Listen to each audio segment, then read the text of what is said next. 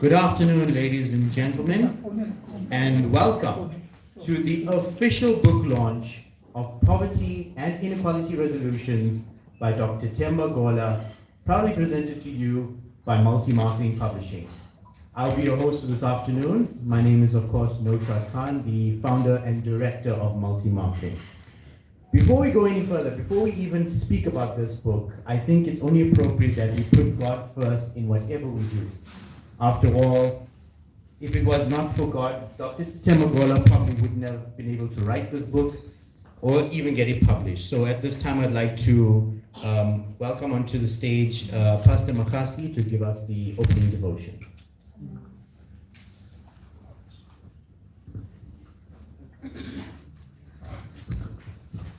All right, afternoon to everyone. Yeah, just before we start with the devotion and then we pray, can you just sing a song? Yes, you can. No, any song. 65. Kumnandi kuthemba Yesu kukholwa izwi lakhe nokukwazi ukuthi ke itsho njalo inkosi Yesu Yesu ndiyamthanda sendimhlolile yena Yesu Yesu ikhukulam ndiphe olofefena ndifunde ukukuthemba Yesu wena msindisi ndiyazi unangenene kude kube nanini Yesu Yesu ndiyamthanda sendimhlolile yena Yesu Yesu ikhukhula ndiphe olofefena. Shall we close our eyes for the word of prayer? Lord, and guys, Kaizulin Kakuna, in a special way this morning, we want to present ourselves in front of the throne of grace. That as we're about to start with this occasion, we invite your presence. Sibula pamothana Baba. Usiphe ingqondo singabantu ukuze Baba le ngqondo siphe yona ingabenefiti only us but it benefited the entire community. Silapho ke pamothana for the launch of this book ebhalwe nguTata Gola. As we are about to start and celebrate lo msebenzi wakhe omhle, we want to present everything in front of you. Take control of everything. May the Holy Spirit lead and guide us so that everything into under your control. Each and every speaker that is going to participate in this program, everyone who's going to utter any word of encouragement, let everything be under your control. Sigaleke bamuthando. Sibula bamuthando ngomsebenzi wenziwa lecompany ukuze wonke umuntu ofuna ukupublish anything akwazi ukupublish. Sibula bamuthando. Siyathandaza yonke sinikela sandla sakho njengoThixo. Sibolo sifike ngobasithandisa ngegama lenkosi yethu Jesus Christ. Amen. Amen. Over to you, sir. Thank you, Pastor Makasi, for those words on our opening devotion. Now, there are going to be a few speakers this afternoon to speak about this book. And to give you guys a little bit of an insight, like I mentioned, Multi-Marketing Publishing was the one who published this book, Poverty and Inequality Resolutions by Dr. Temba Gola. And as the publishing company, I personally went through and edited this book for him. There is so much of knowledge and information that is contained within this book that is hard to encapsulate, within the time that we have. You just have to pick up a copy and read it for yourself, and you'll be able to do that at the end of this launch this afternoon. But the information in this book, even the recommendations, I think it's not just people who will pick up this book that are just normal people or students in universities, but even people in government, I believe, who read this book and take the recommendations that Mr. Gola has presented within this book and take it forward and actually implement them, because he's taken his time, his research, his experience, his qualifications, and poured all of it into this book. And I think that the best way is to get a feel of this book is from somebody who's actually read it and has done a review of it, which is available on YouTube. But we're going to play it for you this afternoon up on our projection screens.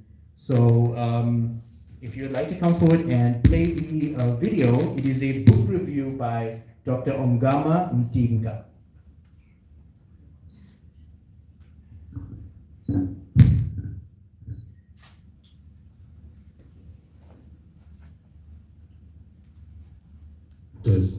Is type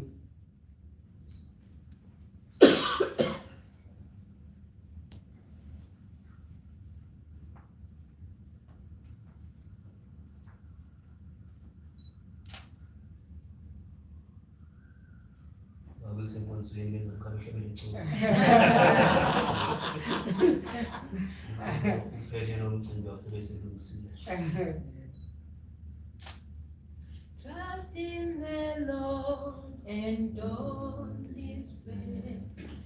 He's a friend so true. No matter what your troubles are, Jesus will see you through. Sing when the day is bright. Sing through the darkest night. Every day on the way, let us sing, sing, sing. Good day, everyone. I'm Omgama Mtinga. Sadly, I couldn't join, but I thought that I would do a video review of this book, my initial impressions after reading a few of its chapters. It's titled Poverty and Inequality Resolutions, a book by Dr. Temba Gola.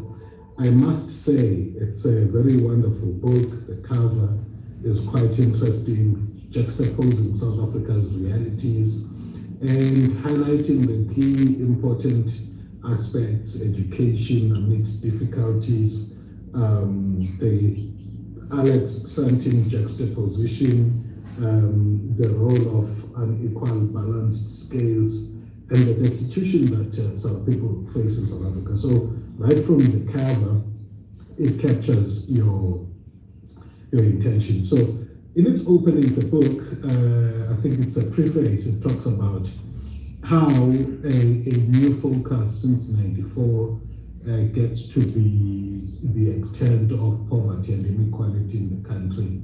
And I think that I must say to the author here that the point is the fact that these things are new in focus after a broad focus on politics was a major issue in the struggle and was dealt with effectively, with the breakthrough of 1994, giving, a focus to this new question at the moment of,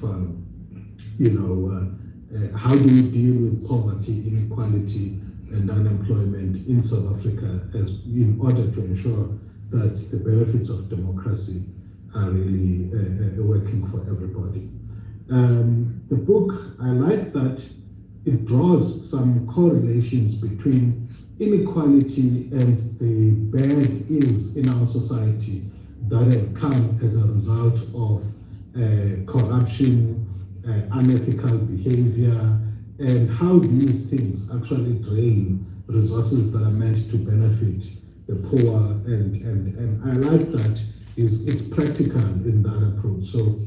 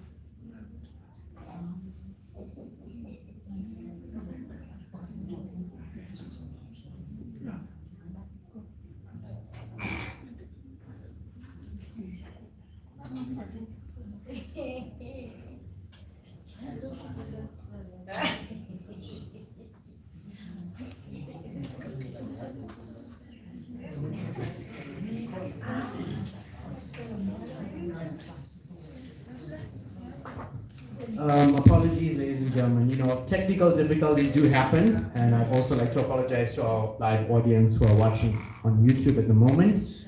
So, to keep this event going while we obviously try to resolve the technical issues, I'd like to call upon Professor Mabenge, who is scheduled to give us a keynote address. So, Professor Mabenge, if you could come forward.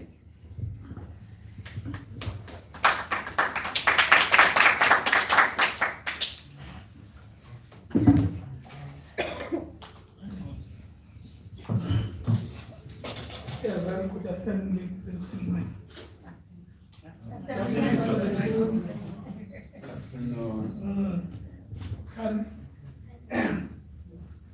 Just before that, kukho ongayaziyo wena, ayaziyo umfundisi Mahasi, mhlawumbe notata akayazi. My mother, yazi senimi kamama? Buzapa. Oh my gosh. Listening kamama Gola. She's Miss Gola. Okay? It's a bauyazi. Okay, fine. I will be mixing. I hope it's not a problem for all of us. But a very good afternoon to all of you, and I'm happy that I'm here this afternoon.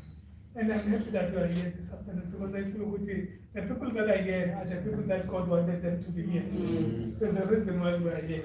And I'm very happy for that.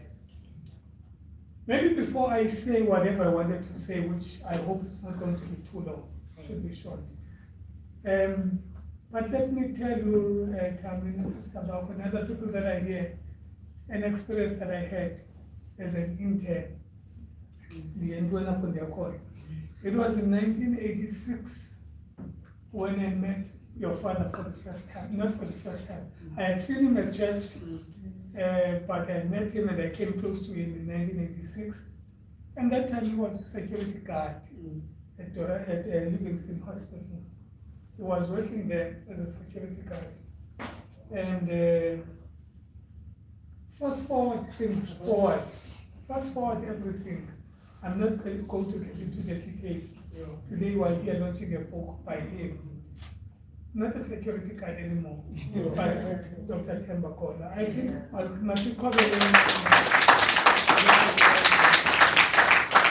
if you don't know success, if you don't know black excellence, then I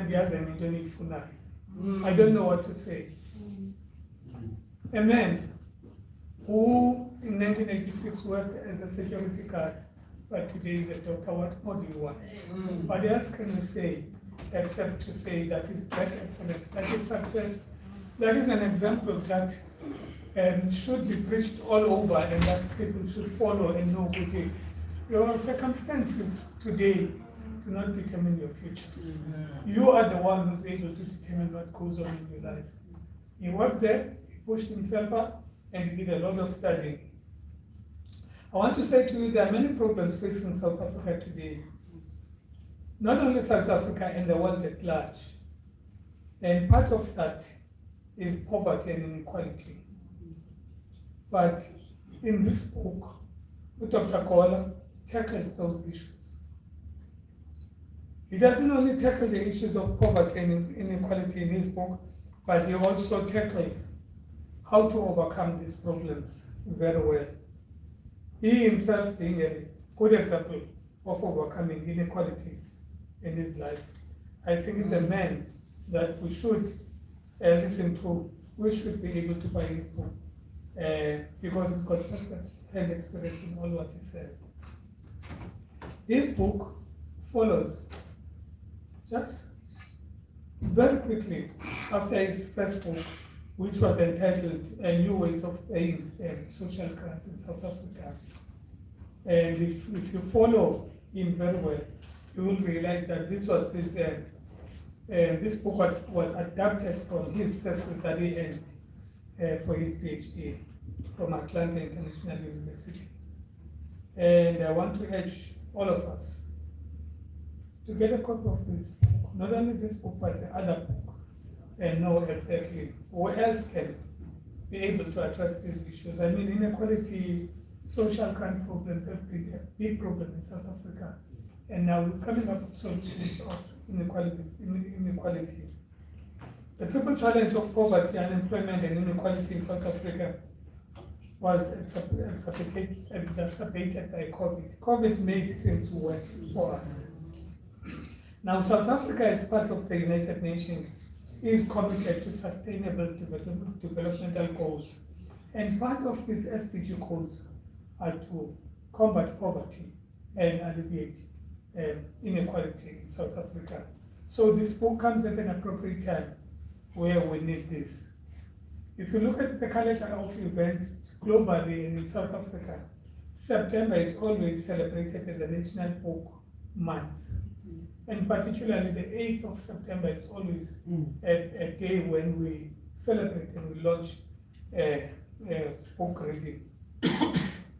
I just want to remind you that reading helps to improve vocabulary and language skills. If you don't read, you can improve. So reading will improve your vocabulary, reading will improve your language skills. It is unfortunate that 60% of households in South Africa do not have a leisure reading book.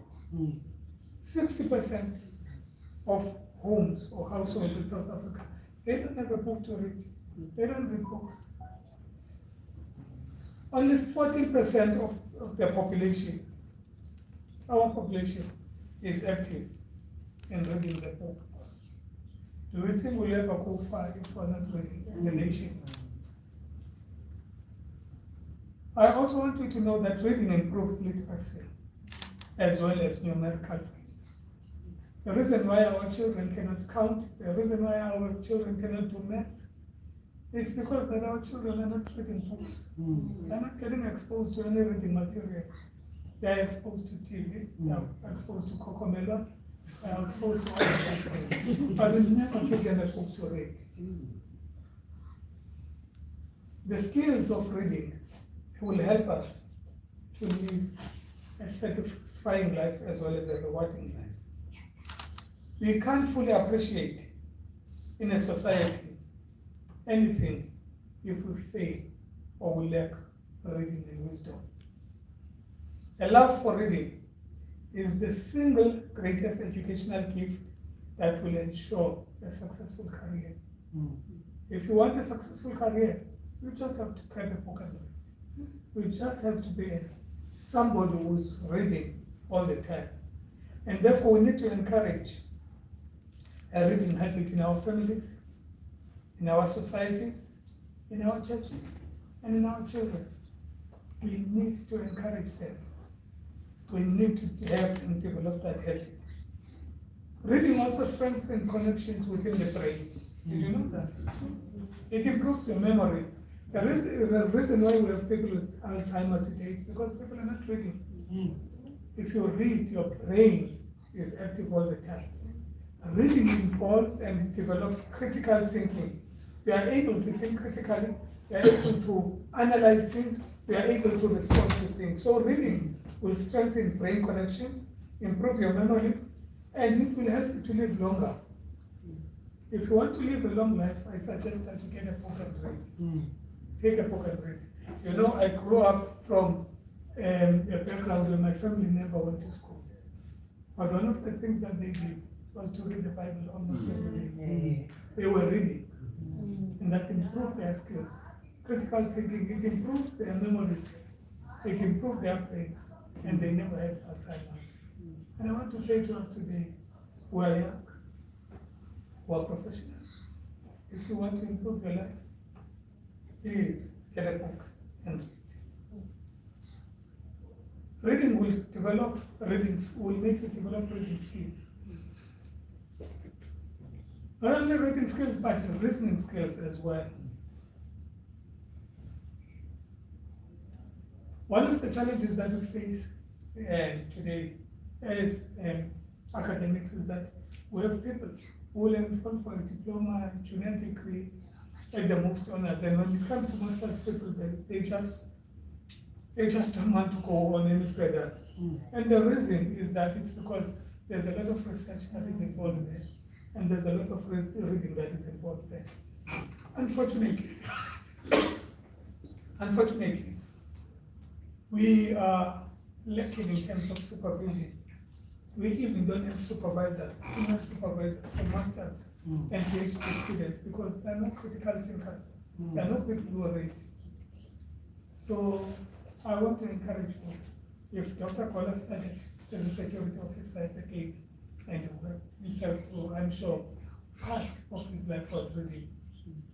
Writing a book is not just sitting down and writing, it involves reading other books, looking at how things are done, looking at how writing is being done, looking at critical reasoning, a lot of sacrifice, a lot of time in sitting down, putting pen to paper, making reasoning, making deductions, and you will never do that if you are not a reading person.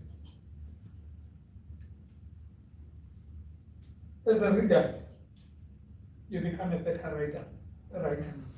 You can never be a writer if you are not a reader. You can only become a better writer if you are a reader. I've already said to you, you've got challenges of supervision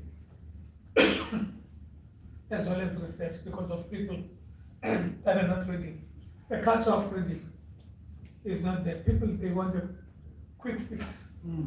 That is why we have scholars of certain universities where people, they want to register and get a master's and a PhD. They don't want to read, they want a quick fix and a short answers. A man called Mark Twain says, a man who does not read books have no advantage over the one who cannot read them. Let me repeat this. Not a silver. A man who does not read books has no advantage over the one who cannot read them. In other words, if you cannot read books, you are as equal as somebody who has never read anything, or somebody who has never gone to school. O.B.B. King, we're talking about books, so I have to quote. O.B.B. King with it. Beautiful things about learning. A beautiful thing about learning is that no one can take it away from you. If you learn, if you read a book and you know it, no one can take that information away from you, no matter how. So it's reminding us that it is a beautiful thing to read, because whatever you've read, no one will be able to take it away from you. You can never be a leader if you're not a reader. If you're not a reader, you can never be a leader. And I want to suggest to you this afternoon, if you want to lead, if you want to become a leader, you need to be a reader. You need to be informed. A leader is somebody who is informed. If you're not informed, you cannot be a leader. Who are you going to lead? You can only take people to the level that you are at and no further. So if you are here in terms of reading, you can't take the people that are reading any further. Hence, we are saying, one anonymous person wrote a quote that saying, today a reader, tomorrow a leader. You become a reader today, so that we can be ready tomorrow. It is so unfortunate that reading is regarded as an old fashion in many of our circles. We want to watch TV, we want to watch soapies, we prefer Cocomelon, but we fail to take a book and read, which is going to develop critical thinking in us. I want to remind you that if you want to be odd, if you want to be number one, you need to be an odd person. You can't be number one if you're not odd. There must be something extraordinary about you so that you are able to be number one. Otherwise, all of us could be number ones here. The reason why we have number ones in class, number one in this, it is because that these people have chosen to be odd, and these people have chosen to read.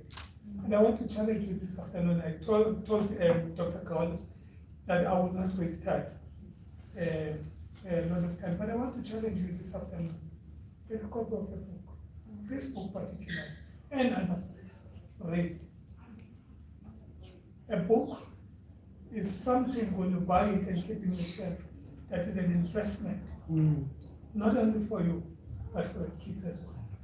They will be able, even afterward, 20 years later, get into a bookshop, get a book, read it, and know exactly what their father, what their mother, what their sister, what their brother thought in terms of reading. The biggest problem is that we want soft copies. That's good, there's nothing wrong with soft copies. But a soft copy, when you need to highlight it, when you need to mark things, when you need to do things, it's usually not there. And I want to suggest first that let's create a culture of reading in our families. Give your children books every day to read. Give them newspaper articles to read. Once you do that, you develop critical thinking in your children, and then they'll be fine. And then they'll be odd. Because they are odd, they'll be number ones. And Tammy, I'll keep on referring to you as the first one. We have spoken, you need to read. Your father has left you beautiful legacy. He's still here, but he's given you all the legacy. He has left it upon you. You guys, all of you, you need to take up to the higher level. And if you want to do that, you need to get a copy of any book, including his books, and read it. Suddenly you will realize how important it is to be a critical thinker. I've spent hours with him. I've spent time with him. You don't know my house, he knows my house. We've stayed there. We've discussed about many things. I've had many ideas from him as well. And I want to tell you, it is so unfortunate that at times we never treasure what we have until it is gone. And by that time, it's usually late. Treasure what we have. Treasure what he's giving you. And I want to say to all of us, get a copy of the book today. If you don't have it today, get it at some point during the week. Buy it, read it, you'll become odd. You'll become a critical thinker. You'll reduce the risk of Alzheimer's and dementia in your life. And all of a sudden, you'll become a leader. And you will become a writer. May God bless you, and congratulations, Dr. Gola, on your achievement. Thank you.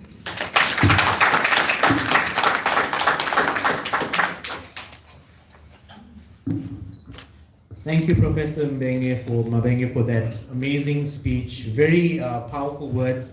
And yes, I encourage all of you here today at the end of this book launch to get yourself a copy of either or both these books, and you will not only inculcate the value of reading, but gain so much knowledge and information from the time, research, and experience that Dr. Temba Gola has put into this book.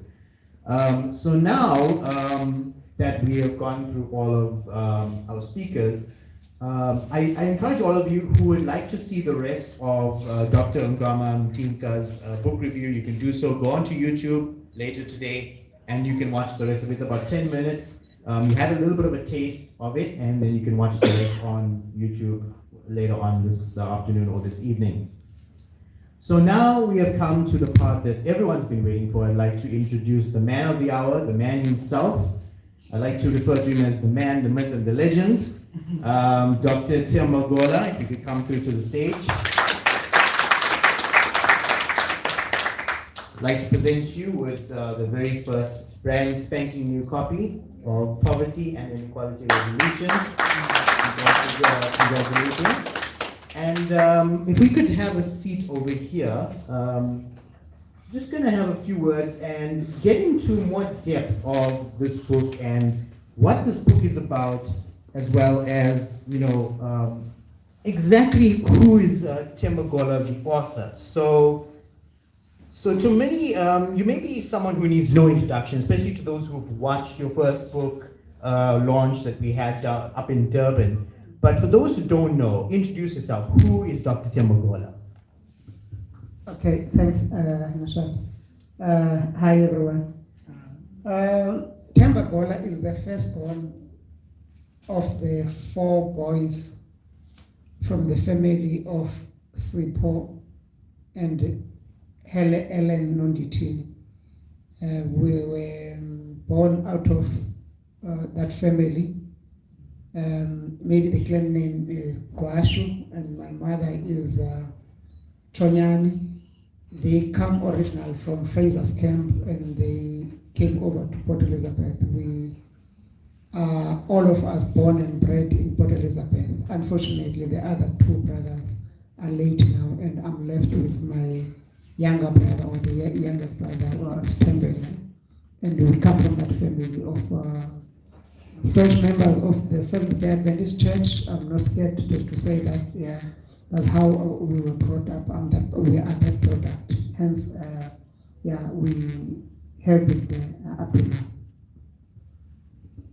Okay, so as Professor Mabenge also spoke about, and everyone is aware, as you can see the banners behind us, this is your second publication. Your first publication was, of course, New Ways of Paying Social Grants, which was adapted from your thesis paper, how to develop the most effective and efficient system of payment of grants in South Africa, that earned you a PhD in social sciences from Atlantic International University. So we have a book launch for that book online on our YouTube channel. But for those who haven't seen it, who don't know much about it, can you just give us a brief idea of what your first book, New Ways of Paying Social Grants, was about? Okay, thanks a lot. The first book, New Ways of Paying Social Grants, emanated from the thesis which I did to qualify for my PhD in social science. My research was based on the challenges that South Africans, especially the grants recipients of South Africa or beneficiaries, who were struggling to access their social grants. We can observe right now the challenges that beneficiaries are getting in terms of getting. You see at the post offices, the long queues and all that. And my book was based on that, to say that how do we analyze the current situation and how do we avoid people sleeping over in the street for the whole evening to be waiting for the social grant the next day. And I just decided to analyze the current situation to be saying, is there a way that we can take advantage of the multiple payment methods that we have, so that we can, one, to increase efficiency, 2, to ensure that we do not compromise the dignity of the people. And my book was based on that, and with those recommendations that I did on the book. I'm glad to be saying that out of the recommendation that I made from the first book, the organization adopted that. At this point in time, we have migrated more than 90% of the people who are actually now able to access their money through the post offices or through the ATMs, which are now improving the efficiency of the payment of social grants.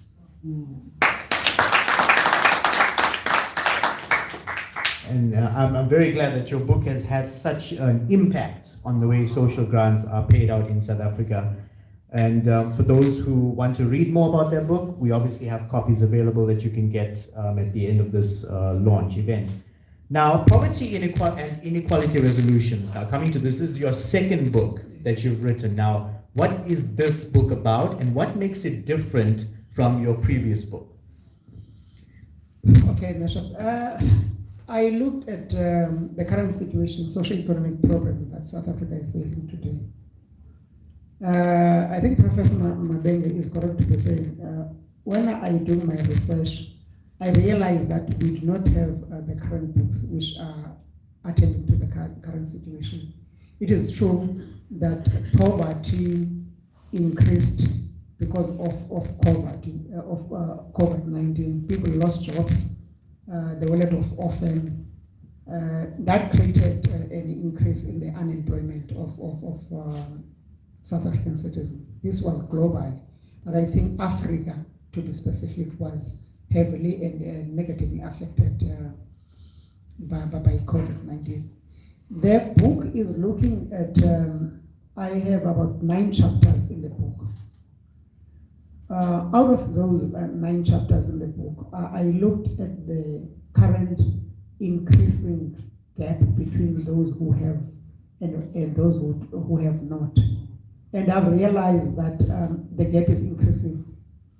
When I'm doing the analysis and going to the township, I realized that people are actually destroying the infrastructure. And that was based on the fact that a lot of people are not working. And you will see those people destroying the streetlights, the robots, even to some extent, even whatever they can get their hands on. They would just destroy that to go and sell. And I looked at that situation as well to be saying, how do we then ensure that, because remember, unemployment and poverty compromise a human rights. It compromises the human dignity, because you do not have a dignity if you are unemployed, because you cannot access part of the services. So the book is looking at that, and I felt that I had to provoke the legislatures and those that are in power to be saying, we have beautiful pieces of legislation. In that book, I refer to BEE. But my question is, who is benefiting out of BEE? How many people's life will change? Are we then creating black elites out of democracy?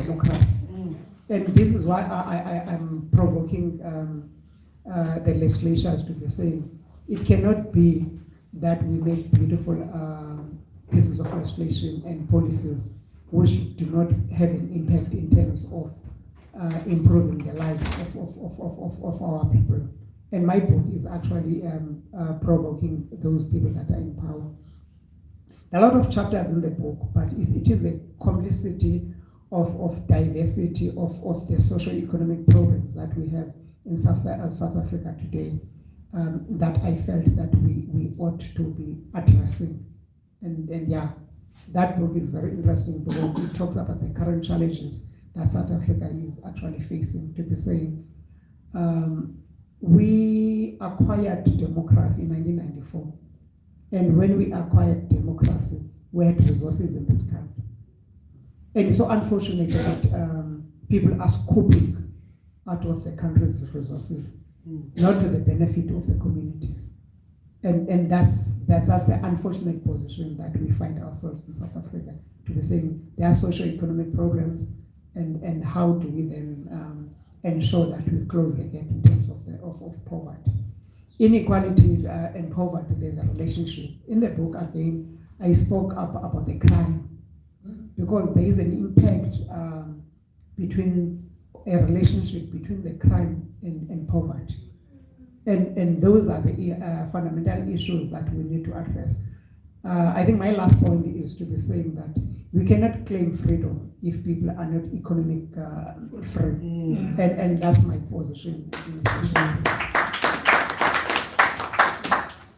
100% correct. And I do like how you also took us into your mind about what inspired you, what you saw that inspired you to write this book, and why you actually wrote this book. Now, I want to know, who is your book aimed at? Like, who should read it and why? And when people do read it, what do you hope to achieve or hope that they'll gain from reading your book? Okay, my book point number one is directly to the communities. Africa is rich in resources. And I find it very strange when we have natural resources and we do not take advantage of that. We talk about food security. Ordinary people, you know, when you drive from Tata to Komga, you see vacated land which could have been used to ensure that food security is secured. I'm not a believer of importing food whilst we have resources in South Africa. And I find it very strange. My parents grew up in Pedi. During the apartheid, there was a project which they were calling the scheme. That project was a project which was aimed at planting vegetables, and those communities would plow, they would plant, they would get the product and sell. And nowadays, we sort of buy everything. Food security, it should not be a problem in South Africa. The second issue is that we can't change the past. You know, there's an element of always blaming apartheid. We cannot go back to apartheid. We cannot change that. But my point is that how do we impact the current situation in South Africa? And I'm posing that challenge that whilst we make excuses not to achieve what we want to achieve because of apartheid, we are procrastinating whatever impact that we would have done in terms of improving the current situation in South Africa. The other issue which are target group are actually the scholars as well. Because to me, when I look at the current situation, I'm saying, for instance, there's a topic there, the impact of education in our communities. And I'm saying, whilst we educate ourselves, but how does our education have an impact in terms of our communities? I also challenge the tertiary institutions to be saying that what do those tertiary institutions have in terms of improving into community projects, so that as they exist in their localities, they have an impact in terms of improving the lives of the people out there. I also challenge those in power, because at the end of the day, I'm beginning to say, I'm just shaking their consciousness to be saying, how do we then, where is our either political consciousness or social consciousness when we have to abuse the resources that were meant for the communities? I spoke there in terms of the fraud and corruption, which is an enemy of development. And this is where I'm saying in that chapter, there's no way that we can have development whilst we have corruption and fraud. And it becomes normal in Africa, not in South Africa, but throughout Africa. And it's actually destroying the development that we were aimed at in terms of improving the lives of the people. So that's the book that is in terms of challenging and provoking the thinking of those that in power, and also shaking up the guilty conscience of those in power and the communities as at large. Our future should not have a dependence on somebody else.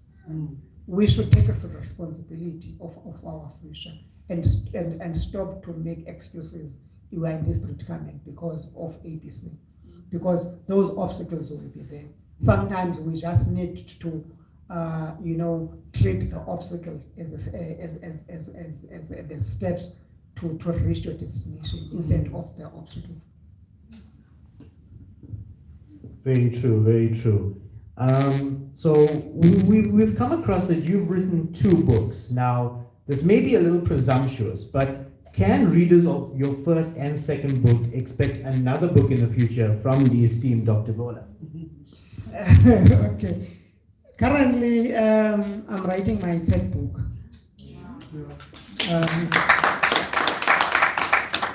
Okay, my 3rd book is based on my life.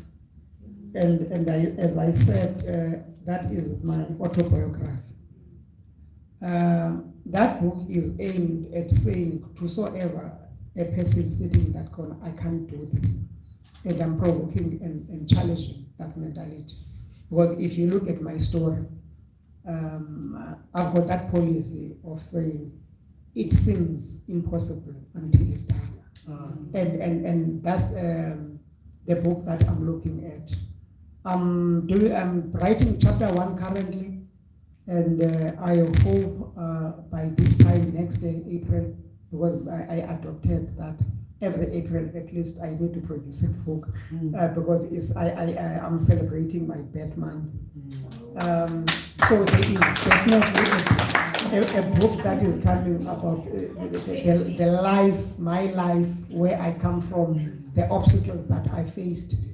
The title of the book, I know it already, as I said to you, My Humble Beginnings. That's the topic of my book. So you will be back in PE by next year, definitely. I look forward to it. I must say that I'm very honored and embraced by the city of PE. It's a lovely city here. I really enjoyed my time here, even though it was just one weekend, but I definitely want to come back for more. Speaking of publishing your books, Multi-Marketing Publishing, as you guys can see on the banner, was responsible for publishing both his first and second book, and hopefully your third book, your autobiography. How has your experience been with us through both your publications? Okay, I adopted something very strange, Nashat. I am loyal if I adopt any brand. If I chose that brand, I stick to that.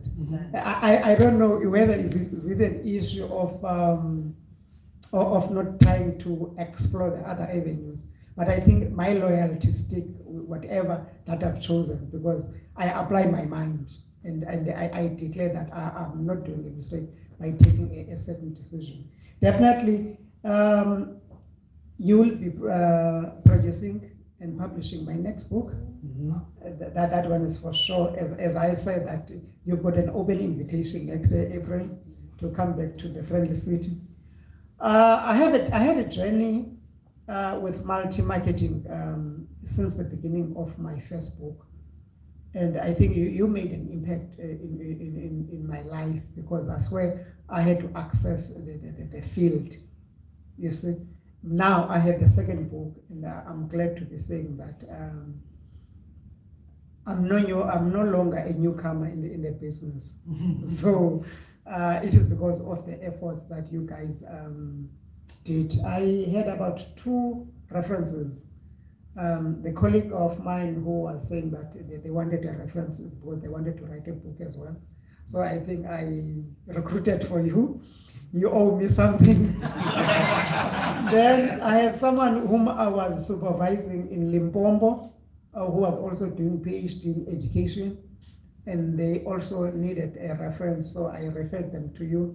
So one thing that I liked, I think, about your company was that we came into the field as unknown, but you were able to groom us throughout, and by that, I'm glad to be saying that at least even the other unknown authors will be able to access the field, so that they can be able to. The problem with Black communities, we do not write our stories, and that's the challenge that we have. We experience these things and we die, and when we need to go back, we've got untold stories. You see, and it's unfortunately we lose a lot of rich experiences and issues that people could have been benefiting out of that. And it's because we do not write. And I think your efforts should be able to assist even the oncoming authors, and so that they are able to tell their stories. Yes, indeed. Multi-marketing publishing would be nothing without the authors, so we appreciate you and we appreciate your loyalty to publish with us. As a final question, what do you think the future holds for Dr. Temba Gola? Besides obviously writing a biography in your third book, what do you want to achieve going forward? Nashat, I'm still young. I think I feel like 16.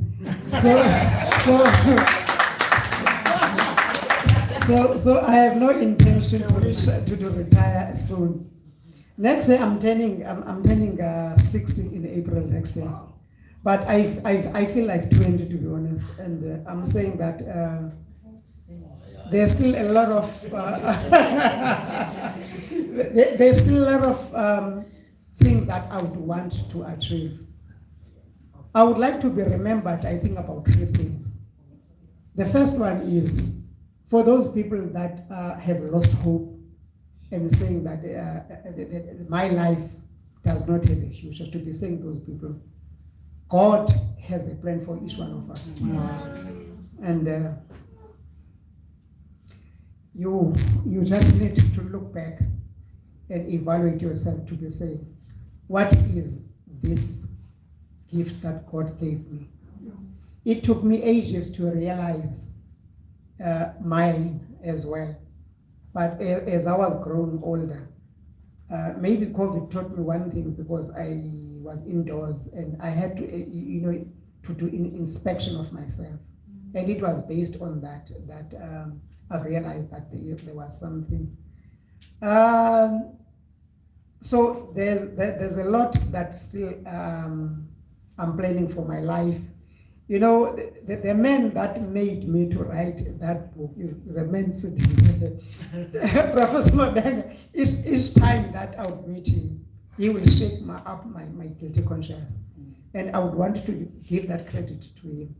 You know, if you are a leader and you cannot produce the other leaders, you will die with your leadership skills without investing on others. And I don't think life need people like those. No.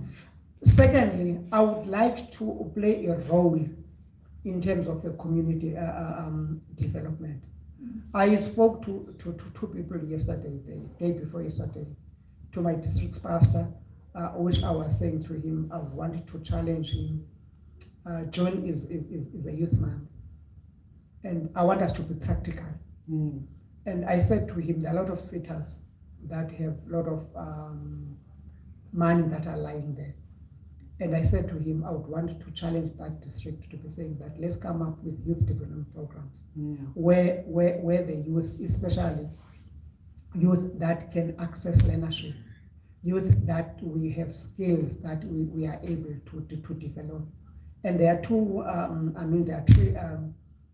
stakeholders that I've identified. We've got NDA, we've got NYDA, we've got sitters, and I said to him, I would like to challenge him so that with our education and youth department within that district to be saying that let's have an event where we are not doing the talk show, but we have a person after that event, that person will be able to be saying that I got a funding from NYDA, I've got a funding from NDA, so that at the end of the day, unfortunately, the system that we were trained in South Africa, we're trained to be employees, which is an incorrect perception. Because to me, if we can develop the skills of the youth, especially the youth, you don't have to rely to be employed. You develop your skills in order for you to be an employer of the other people, and also to take and employ the other youth. You see, and those are the community projects that I'm looking at, to be saying that I do not want to lock myself only writing books, but I would want to implement some of the recommendations myself in the book, so that I don't make a reference to other people. That is true. It's one thing to write a book, but to implement what has been put in the book is a totally different scenario altogether. And for someone who's written a book, to implement his own recommendations is something that, has to be honored, because you have taken your time, experience to create those, and now you're going to implement them, and that is something that is great for the, not just South African community, but the global community at large. So, Mr. Gola, I'm going to give you the stage right now. I'm going to take a seat. This is your moment to speak about your book in your own words, and I know that you have prepared a passage that you'd like to read out for everyone. So, this is your time right now. Okay, thanks, Nashot. This book, I think I took some time to evaluate the current problems that we have in South Africa. And these are the problems that bother me as I drive in the township and the products of the township. And each and every time that I would go to the township to see the deterioration of the infrastructure, and also the destruction of our kids in the township, the impact that the drugs have in our communities that are destroying the future of our children, and that led to the issue of the destruction of the infrastructure. My book was based on that, and also to the issue of saying that this is the current situation that we face in South Africa. But my point is not only analyzing the current challenges that we have in South Africa, but to be saying that what are the resolutions that we can sort of sponsor in ensuring that we improve the quality of the people. And I think that my book is based on that. And the other issue is to be saying that there's a book, as I said, I'm the product of education. If it was not for education, I would still be a security out there. And education is a key and is a master key to open up all the corners that one would want to access. But the other issue is to be saying that we cannot lock ourselves in terms of thinking and lock ourselves on poverty as if we embrace poverty. We cannot be happy to be saying that poverty is affecting us. Again, my book is also aimed at shaking up the guilt conscious of the people that are busy with fraud or in a position of power, that are abusing the position that they have. Because at the end of the day, the money that should have been meant to improve the lives of the people are the money that would go the other way around. The issue of inequality should be closed within our communities. And I sponsored a lot of alternative resolution when it comes to that. And I urge people to look at the book, because the book is not talking about issues that affected us about 10 years ago. My book is addressing the issues at hand. And these are the issues that we need to resolve. So, I think that's what my book would want to achieve. Then, the last issue about the book is to be saying that those that I empower, when it comes to the implementing of the economic policies, we have economic policies that align there. But the implementation of those economic policies produced, as I said, black elites. This is where now we've got black millionaires that had an opportunity to be selectively elected amongst all of us. And I'm beginning to say that if those policies were meant for the previously disadvantaged, let the previously disadvantaged people benefit out of that, not the few people. I think we all suffered under apartheid to an extent that we need to readdress the inequalities that were caused by apartheid, not to be accessed by few individuals within our society. All right, I will look at the introduction of my book, the first book, which I will be reading. This is where I analyze or define inequality in my own interpretation. This is not a reference to any book, but it is based on my practical experience. Unemployment and political instability has created society to be divided in terms of the social standard, which categorize communities between the have and the have not. The current situation needs to be closed, because if the gap has not closed, it will affect and overlap from one country to another, and from one continent to another. And this chapter hereby will display how to reduce inequality and to ensure that no one is left out whilst addressing inequality, and ensuring sustainable development goals. Inequality within and amongst countries is a persistent cause of concern. Despite some positive signs towards reducing inequality in some dimensions, such as reducing relative income inequality in some countries and preferential trade status benefiting lower income countries. Inequality based on the outcome or on the income, sex, disability, sexual orientation, race, class, ethnicity, religion, and opportunities continue to persist across the world. Inequality threatens the long-term social and economic development, harms poverty reduction, and destroy people's sense of fulfillment and self-worth. This is in turn can breed crime, as I said, diseases, and environmental degradation. And this is what my introduction on inequality is about. Very well spoken, very well spoken. Now, I turn it over to the audience. If anybody has any questions that you'd like to ask Mr. Gola, he is here today this afternoon. Anyone who has any questions, you can raise your hand. I will ask you to come a little forward because we can't go too far with this mic, but you can ask any questions and he will be more than happy to answer them for you. So any questions? Anyone? Comments, questions? Give you a few seconds to think. Okay, we have one. Thank you very much. It's my honor to comment on Dr. Gola book launch. I must say, Prof, I did not believe the story that he was a security guard for a long period of time. I said, you know, when you meet people who are up there and they want to encourage, they come up with divisive stories. You know what? Let's say to these kids I was a security guard. So I met him. Then I was supposed to be a PRO for El Shaddai, which he was our leader then. So he told the story that he was a security guard. I looked at him and said, no, we know security guards how they look like. So after a few years, we were invited to Kloamandi Angkor Park.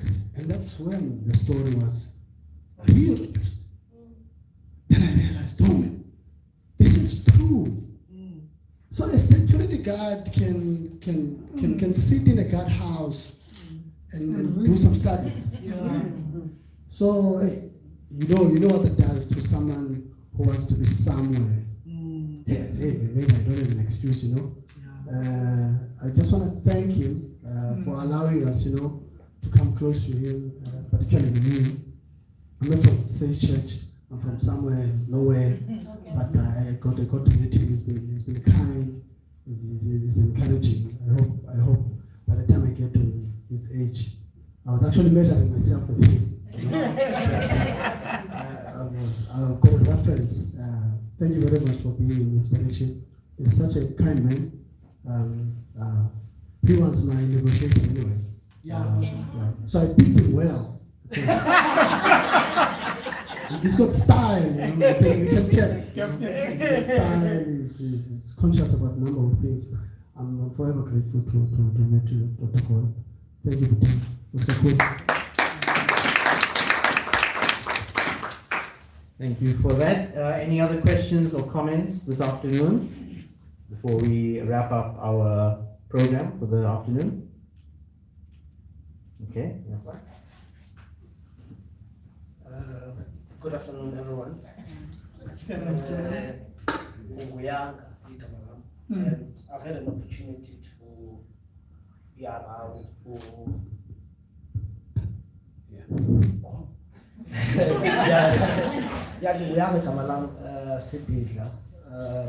I've had an opportunity to be around Gola since I was friends with the daughters.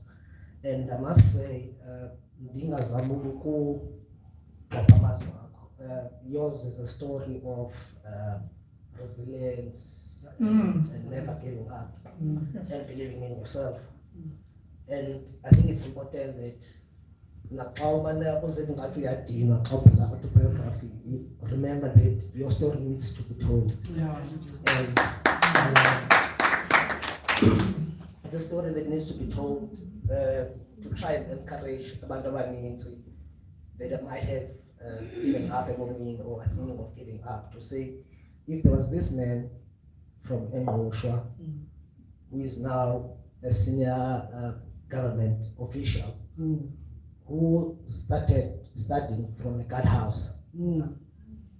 Like now, Doc, it's not often that you would find doctors interacting with security guards. Yeah.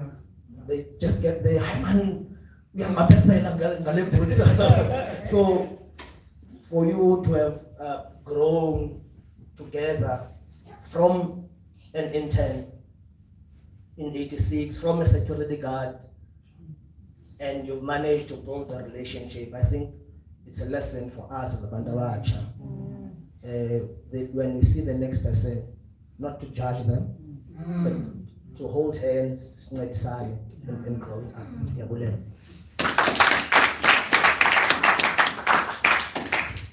Man jumping that is in life. Both doctors.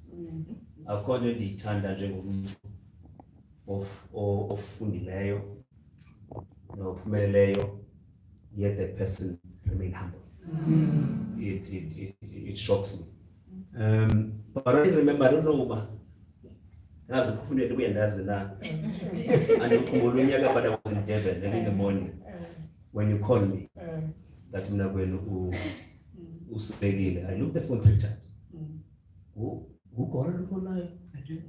You know, what issues teachers. There are many other teachers who's good by why did he think of me? Instead of dealing with lay and on the phone, is this person that called me? You know, that built more interest around you. Don't put the ass by no guard. Where security. You know, when you're narrating what is in the book, because I was asking myself, okay, even the first book, who must read it? And I said, it's relevant to me. But as you narrate it, it encouraged me more to read about it. Because amongst the things I'm doing, my second company, I'm championing the issue of implementing equity. Now I believe in the book, I will get more insight in it. Your story has encouraged me. Zawama no funda man. Please. No funda more. I saw we should teach angabinika more power. I'm looking forward to inward here and I was a good. All right, do we have any more comments or questions this afternoon from anyone? Any of the males, females?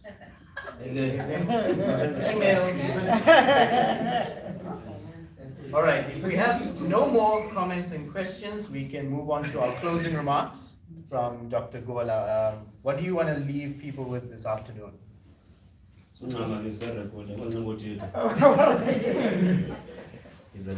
All right. Maybe let me appreciate the support of the people that I give.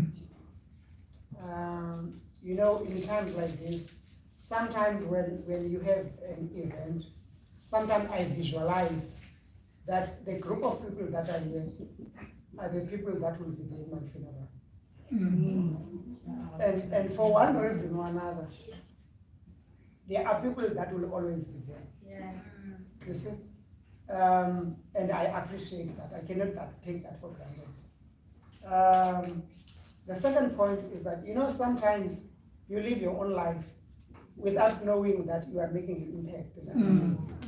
That makes you to be more careful in terms of what you do and where do you go and how do you tread. And that's what I've learned.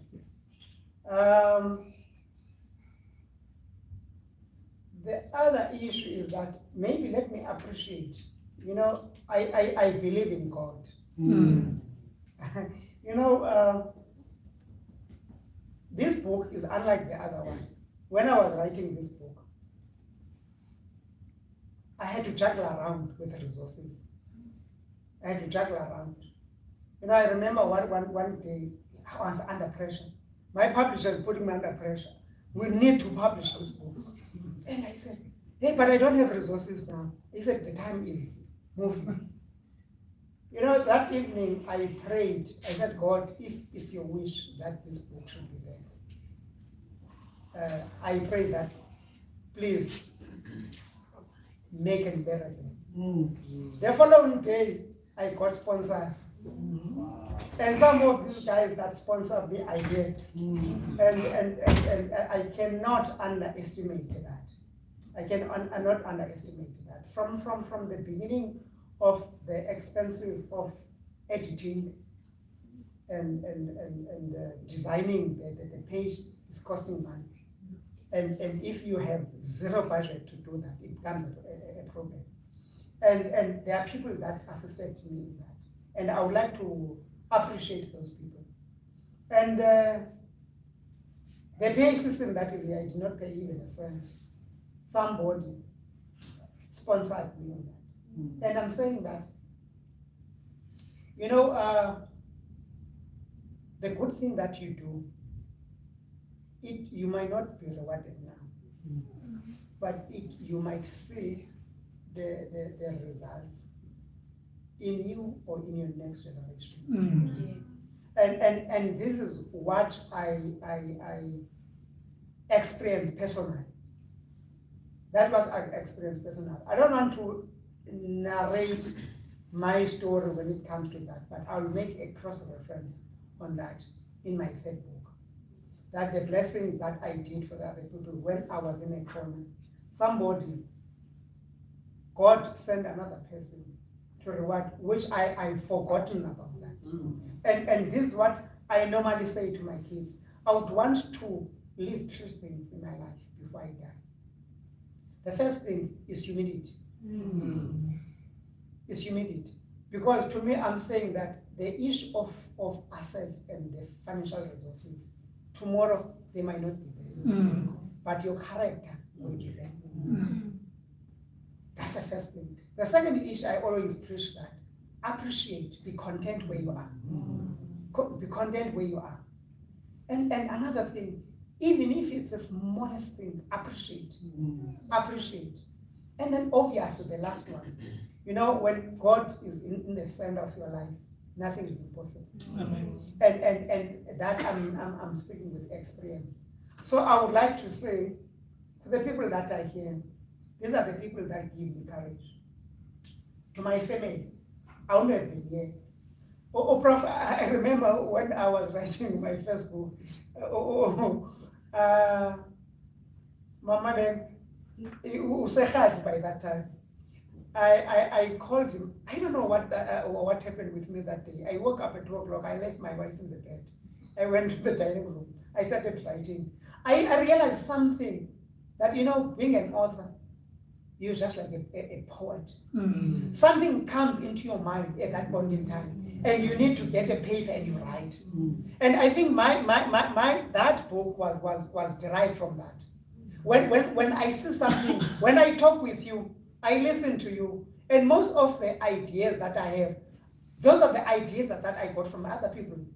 But I just decided to conceptualize them and formalize them.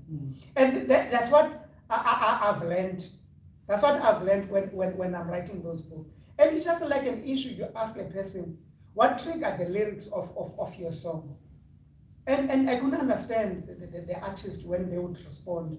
These are the everyday experience that. But from what I've experienced in that book, everything that comes to mind when I sit with you, when I'm observing things, something comes in the back of my mind. And I will take a pen and I will write. And it is because, one, I feel that this is a story to be told. Two, that when in this predicament, there might be someone, you know, there's one author that sings this song. Someone is praying for you. Someone is praying for you. You might be in that problem right now. You never know that someone in that predicament is praying for you. And this is what is happening with writing books, that the message that you take across, there might be someone who is actually in need of that. I read something, you know, our religion is forcing us to read. There's this story, Prof, of this person called Porter. It's an old man and a son. Now this morning is very cold. The old man decided, no, but it's cold today. But the son insisted to go out and distribute the literature. When this son came to this house, he knocked and knocked and knocked and knocked. There was no response. Ultimately, because of persistence, I don't know what was in his mind, somebody opened. And by the time that the person opened, this is the person that was actually committing suicide in this house. And that literature talked to his conscience. And now, this person, the son went back home and related the story to his son. They had to evangelize that home. And when this person was giving testimony, now the person was now a full-time baptized Seventh-day Adventist man. And then when somebody was preaching, he said, don't underestimate the power of a book. Because when this young man knocked at my doorstep, if he did not persist, I would have been dead by now. But it's so fortunately that the message in that book that he left there changed my life. And this is what I have learned, that the power of a book has that impact. As we tell the story, we tell those stories, especially when you tell the stories of everyday experience. They talk to the realities of life. So I would like to say to the people that are here, I'm grateful that you are here. I'm grateful to be part of you. We continue with the relationship that we have. I challenge you on that one. Anything that I like about you, anything that has something to do with the community development, we are there. So I appreciate and I'm saying to the people that are here, I'm grateful. Yeah, I'm grateful about the endeavors that you guys did. Prof, I will ever mention you, and what you do to me, I owe to the other person. And that's a commitment that I've made, that if somebody changed my life, I need to be ensured that tomorrow I need to do the same thing and make an impact to somebody else's life. Thanks. All right, we've come to the end of our program. Thanks for those very motivating words, Dr. Gola. I'd like to thank everyone who attended here this afternoon, everyone watching live on our social media platforms. Now comes the time of the afternoon where it is time to, come forward and you can get your signed copy by the author, either or both of these books.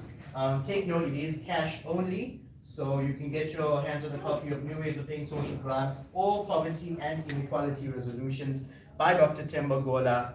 And I spoke to Dr. Gola earlier. This is the best way to support an author, because for the sales that are made here today, for everyone that buys a copy, multi-marketing will not be taking a cent. 100% of the proceeds will go to Mr. Dr. Gola. So thank you all for attending, and if you'd like a copy, you can come forward and Mr. Dr. Gola will obviously sign a copy for you. Thank you all for attending, and good night.